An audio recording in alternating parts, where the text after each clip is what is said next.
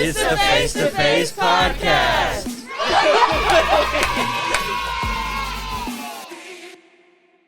Hello, my name is Cap. This is the Face to Face Podcast, and I'm here with Mars, Jay, and Coda. And today we're going to be discussing Cabaret and the Guthrie.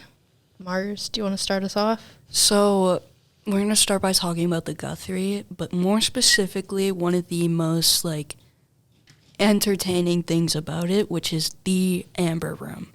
Kind of nauseating. Yeah, if you're there too long, everything else starts to look purple, so that's fun. Yeah, I opened up my camera to take a few photos, and, the camera button was purple, and, it looked like it was messing with my phone, because the whole room is just tinted yellow. It's just purely yellow. Scary, almost. Especially with, the panel of glass on the floor. Yeah. And Everyone on the was ceiling. not a fan of that panel. Yeah, nobody else stood on it besides, 3 people. Yeah, you could look down at the people walking below. I think that was fun, but I wouldn't want to stand on it for too long. But it was cool to see it's Golden Mill Flower Company something. The one right next door, yeah. Yeah, so that big sign was there. I feel like I have a postcard of that at home because it's just cute, you know? It's a very big tourist spot in Minnesota. It's very fun, though. Yeah, the Amber Room was beautiful, but also the entire rest of the Guthrie, I think, was just the architecture and all the seating and the colored glass. It's just all really beautiful. They definitely had a lot of things to do before we had to go get our seats for the play. So it was very nice to just be able to explore and learn a little bit more the history and stuff of the Guthrie itself. Definitely. And the staff were really, really helpful. Just staff on every floor, every entrance, letting you know where you need to go, if you need any help. Yeah, everywhere you look, there was an usher or somebody just there to offer you assistance in anything that you needed. And I think I'm the only one here who's been to the Guthrie before. I've also been. Okay, what play did you see? I've seen a couple. So I saw Into the Woods, which is a musical, and then I saw Murder on the Orient Express, which is a play.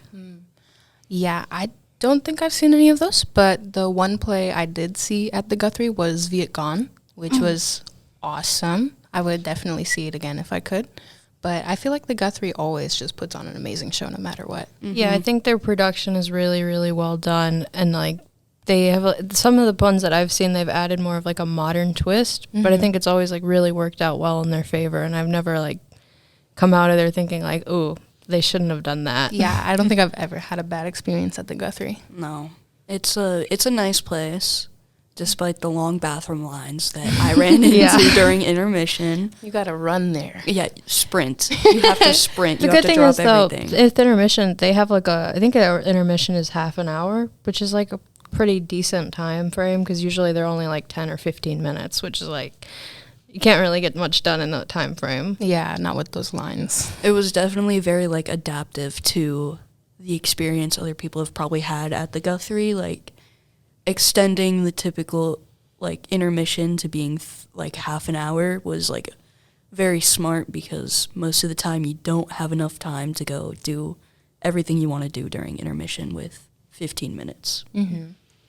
They also had snacks and drinks and little bars and stuff. Very Yeah, welcoming. they did a themed bar too because of yeah. Cabaret. I think they called it the Kit Kat Club bar, which is cool. I think they've done that before with past plays and stuff. Whenever they can theme it, they do. I think that's amazing marketing. Oh yeah. Yeah. And Jay, you actually got a drink. What you want to tell us about that experience? Yes, the line was very short. I was surprised there was 3 people ahead of me, and they would order, and then they would make their drinks, and the person making the drinks would take the next order and then go make 5 drinks. So it was very, very efficient. I got a Lift Bridge root beer, which is a Minnesota-based company that makes really good root beer. I just tried their, not at the Guthrie, but I just tried their mini donut flavored root beer. It was really good. Interesting. So they do fun stuff. So they just had the regular one. Got that. It was good. Yeah, it was very nice. They offered me a lid and a straw, and I was like, perfect. So, yeah, staff was very nice. I know especially when we walked in, first immediately a staff was like, do you know where you're going? Do you need some help? Like, elevators are this way. And yeah, it was very nice. I really liked they had photos from older plays lining the walls of where you walk in to go find your seats. And I thought the seats were very comfortable, and yeah, the two students that fell asleep also said it was very comfortable in there. The room temperature was very cool, and the seats were very comfortable. So, a couple sleepers. Yep. Very tight, though. Like, lots of seats very close together. And not a lot of footroom in front of people. So if you had to exit from the middle of the aisle, you were like, excuse me, and then, like, people would have to stand up and step back in order to, like, make room for you to get through. Yeah, I felt so bad. There was, like, an older couple who was sitting at the end of our row, and every time I went in and out, I was like, I'm sorry. But, like, they didn't mind, so they were nice about it. So, yeah. Speaking of staff, the actors of Cabaret were amazing. Like, from beginning to end, like, they just captured your attention immediately. The host, I forgot her name, but just the way she moves in the very first scene, like, it captures your attention immediately. Like, her voice, her body language, like, it's hard to be distracted, honestly. And if we're getting into the topic of the play, this is a, like, sensitivity warning. We are going to be discussing topics of stuff like Nazi Germany and stuff like that. So if you do not want to listen to that, you can always tune in next week. Perfect. So let's get into it. Yes. So I think the first song was very fun. I forget what it's called. Willkommen. Willkommen, yes. So they talked about the orchestra is beautiful, everyone's beautiful, and like leave your worries at the door. And yeah, I just thought it was very fun. It was very upbeat, and it was very like, let's do this, yes, Let's party. party, yes, that's a good Very, very entrancing from, like, the second it started. Like, the second the lights went out in such, like, an interesting way, you were, like, super tuned into the play, and it was a great time. I feel like I was transported right into Berlin. Yeah, I think that Guthrie does a really good job at introducing, like, the plays and musicals, because it was literally, like, an experience. Like, you were, like, very immersed into it right off the bat. Especially the way the lights went out. You said it, like, I think she snapped, and then, like, one light would go out, and then she snapped again, like the MC, and another light would go out, and I was just astonished. I was like, wow. The MC was played by Joe Lampert, and I just have to say, she was so good at it, like, very ambiguous with, like, especially the outfits were super good, and just, like, the energy she gave off was just spectacular, and it just had me entranced. Like, every single time I saw her on stage, I knew it was going to be, like, a really good scene. She was the host, but I think the main character in the story, about a man who moved to Berlin to write a novel, I think he also did an awesome job at portraying his struggles and his thoughts and feelings. I think he did awesome at portraying this throughout the first couple scenes. I mean, throughout the whole play, too, but throughout the first couple scenes, he made it very believable. Yeah. Where am I going with this? I would also say the person who ran the hotel that he was staying at, or the cottage or wherever he stayed, she was amazing. She had a very strong voice, and she sang a song about like running the hotel, how like it was who cares, right? So like, what? Pretty sure. So what? Yeah, so what? So yeah, she was just talking about money and like her getting older and just so what? She doesn't Things really happen. Yeah. So what? And it was an actual old lady who was playing it, which was very impressive. Amazing. Because if I was that old, I would be in the audience, not in the play itself. real. She was also wearing like heels, not like crazy heels, but like Heels. she's dancing around and like I don't get how people do that. That's crazy. Though the Kit Kat girls, they had high heel boots on while they were doing those kicks. Did you know that? Yeah. Yes, it was impressive. Was insane. I was like, how are you not falling over? Yeah. Sorry. I think the Kit Kat girls were like one of my favorite parts from the musical. I think, first of all, their costuming was beautiful and their choreography was also like just amazing to watch. And I think having their vocals a part of like the main songs, like when the MC was singing Money, they were doing like the backing for it, and like just their voices all together, like they blended together so well. And I think throughout the whole musical, like they were so distracting to me because they were just so cool and talented on their own. And I think the MC was also like super cool to watch, but the Kit Kat girls definitely like took my attention off of him for a while. And I think that's intentional, a part of the play, because spoilers, throughout a big part of the play was that the cabaret wants you to come down and forget all your worries, but the main character, the man who moved to Berlin, he keeps up with politics, while his girlfriend at the time just wants to party and go sing and have fun. And the cabaret just wants you to have fun. They want you to keep spending money. They want you to come back. They want you to have fun with them. But a big part of the play was, at the end of the day, you can't run away from politics, essentially, like especially if it's affecting so many people on such a deep level, and your loved ones, which is like, it does a really good job at portraying how it doesn't happen all at once. It creeps up on you. It starts with hatred and ostracizing these other people right up until, there's nobody left. You can't party with anybody if there's nobody there, essentially. Yeah, and I think in the first act, it really like does a good job at like keeping away from that, and like you don't notice any of that conflict. Like one of our teachers, Elise, was saying, like after the first act had ended and we were at intermission, she thought there didn't really seem like a storyline was like fully laid out yet, and there wasn't anything like happening yet. But then as soon as we get into the second act, the shock value, the shock factor is immediately there. Like it immediately feels more tense. The audience, the whole room has shifted as soon as we get into the second act. One of the characters that you thought was this nice, friendly guy, he's cool, he's just funny, he smuggles perfumes and whatnot. He takes off his coat to reveal a swastika, which immediately the whole audience goes, ooh. The immediate pull away. Like, the audience was very reactive to what was happening. So like when that first like swastika band was introduced, it definitely had like a very big shock value, just because like we didn't know that he was going to be into that, because we only saw him in like 1-2 scenes before that, and he was just like a normal person. Yeah, I feel like in Act 1, it was like all party, like we were in Sally's mind.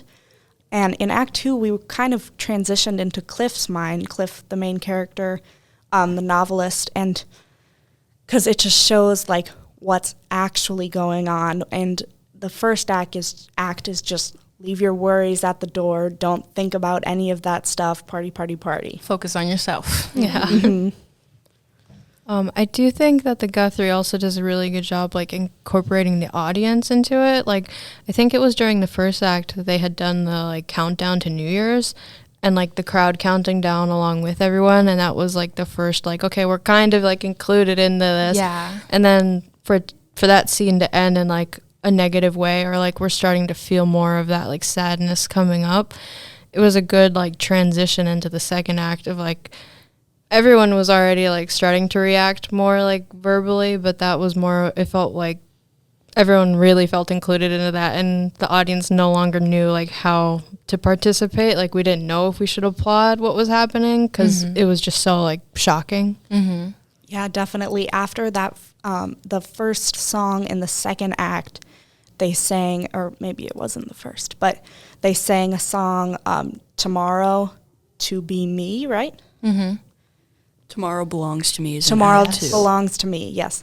And then they all like saluted at the end, and barely anyone applauded. Yeah, I didn't applaud because I'm like, I'm not applauding this. But Yeah. like the actors did a great job. So That's I'm like, the I thing. want to applaud, but I'm kind of scared. It was such like a torn thing to like applaud. Even as the play further went on, as the swastika bands came out, it was really like, oh my God, like we were just applauding for these people and everything was all just fine. And now it's very different. And like, I think that also like ties back around to these were your friends and your family and the people you were loving and laughing with. And now there's this thing torn into the mix, or thrown into the mix. And you're like, you just kind of don't know what to do with it. Yeah, it definitely shows like what that reality is like we were saying, it's very subtle in the beginning, like it's not mentioned as often, and then like it's very brutally Sudden. honest. Yeah, like that's how it happens. It starts with your friends and your family and people Your you like neighbors. love. Yeah, your neighbors and stuff, and then it's like it's everywhere. Yeah, it's very conflicting trying to, support the actors and the what they're trying to portray, but also not wanting to support what they're trying to portray. But I think at the end of the day, you have to remember that like these actors 100% don't support these things because they're in a play that's actively against those things. But, they still deserve their applause at the end of the day. And it's a story that needs to be told one way or another. And if people are going to listen to it easier through a musical, then that is the way that it'll be portrayed for people. Yes, that's very true. I feel like when I said I didn't applaud, I was just shocked. Yeah. And so those actors definitely deserve the applause, and they were amazing. But I was just sitting there like jaw dropped. Yeah. And so it was just surprising to me. And so Yeah, they were good at utilizing the shock value. For sure. It was so For good, sure. though. It was a great play overall. And a thing about Cabaret is a lot more storytelling and world building is shown through the songs rather than the actual acting scenes where characters are interacting with each other. A lot of the songs talk about poverty and hunger and empathy and all of these other things and the Nazi agenda and all these other things, which I think is much more powerful when you actually like are listening to the songs and not just like all the pretty people dancing. And I think that's a good way to like portray how it just creeps up on you. Like, oh yay, fun song, horrible, dark meaning. And I think it was awesome how they also incorporated the orchestra into that. How throughout the play there was a live orchestra, very beautiful. Some of the actors interacted with them. They, were in light. You could see them on stage. And in one of the final acts, closer to the end, an MC is on stage trying to, be at the cabaret, try to party, try to, keep living even though all these horrible things are going on around her. And the shock value when all the lights turn on and the orchestra is completely gone, I think that was an amazing symbolism for how, you can party all you want, but at the end of the day, things will start going wrong even if you ignore it. Yeah, and I think that was also like a really good like representation of like historically how things went down. Like it was all of a sudden all these people were just gone and like no one was there anymore and the MC was left completely alone. And I think it was just so sickeningly like devastating, that loss of them just being gone, and like for the MC to be seeing like a reprise of the song that we initially heard and it to be in this now negative light, it really hit. Like it was a really like hard thing to watch. Yeah, I think the final scene was definitely one of the best scenes because it's so sudden. Like there was a few rooms above the stage that were originally like rooms for the people in the Kit Kat Club. But in the end, they turn into the boxcar trains that like move people from their homes to concentration camps. And it's just, I mean, I didn't see it coming that like that was what the rooms up there were going to turn into, but it was such a good reveal in the end. Yeah, and I feel like as the musical went on, like I wasn't really paying much attention to the rooms upstairs, but like every now and then I would look back and like the rooms would change and the people in the rooms progressively got more like upset. Like they would be like laying down and just like apathetic about things. And then as it went on, like more things were taken from the rooms and then the rooms were vacant. And then eventually they ended up like the train cars. And I think me not noticing what was happening is like a really good like visual of people weren't paying attention to what was happening, or their minds were preoccupied with the cabaret or like other things that were going on in Germany at the time, ignoring politics, which is what everyone was doing. And then like, yeah, it was such a sudden, like, now this is the situation we find ourselves in. It's empty. Everyone's gone. And that was like really harsh. And I think the Guthrie, like, they do a really good job of like using their sets like the best way that they can. And the thing about the end, like, it's not a happy ending. It's not going to make you feel better. It's not going to give you any closure, because that's exactly what happened. There was no closure. There was no happy ending. And I think that's just another thing that they did a really good job at doing. You know, she's at the end. The train is at the top. She's broken. She's trying to party, but there's nobody there, you know, and then just all the lights fade to black. You know, it's not a happy ending. And it leaves you with this feeling that you just sit with, and it's heavy, you know? And I think that's what they wanted you to feel at the end of that play. Yeah, definitely 100%. Like, that was their goal, to show that, like, these things happen, but there's not going to be, like, a glamorous ending to it. It's, like, people died, people lost families, people lost everything they had, and that's, like, that's how it was. There was no happy ending to that. Yeah, and you go. Thank you. Definitely, I think that at the end, like, she was singing the very first song where she's like, come to the cabaret and just party and have fun, but she's shaking and she's trying to go back to that time where she was having fun, and but she can't, because she's completely trapped, and it's just like, it's so heartbreaking. I think the actors, I mean, they're actors, but they did an amazing job portraying like all of the little emotions. Like the one that was getting married, and as he was like fighting for his identity in Germany, he had to like really like reiterate a bunch of times like, I am German, and like this is a part of me. And like as it went on, you could tell that his confidence in that was shaking, and like he was looking around and maybe realizing like, maybe I don't belong with these people, or maybe these people don't see me as one of them or like an equal.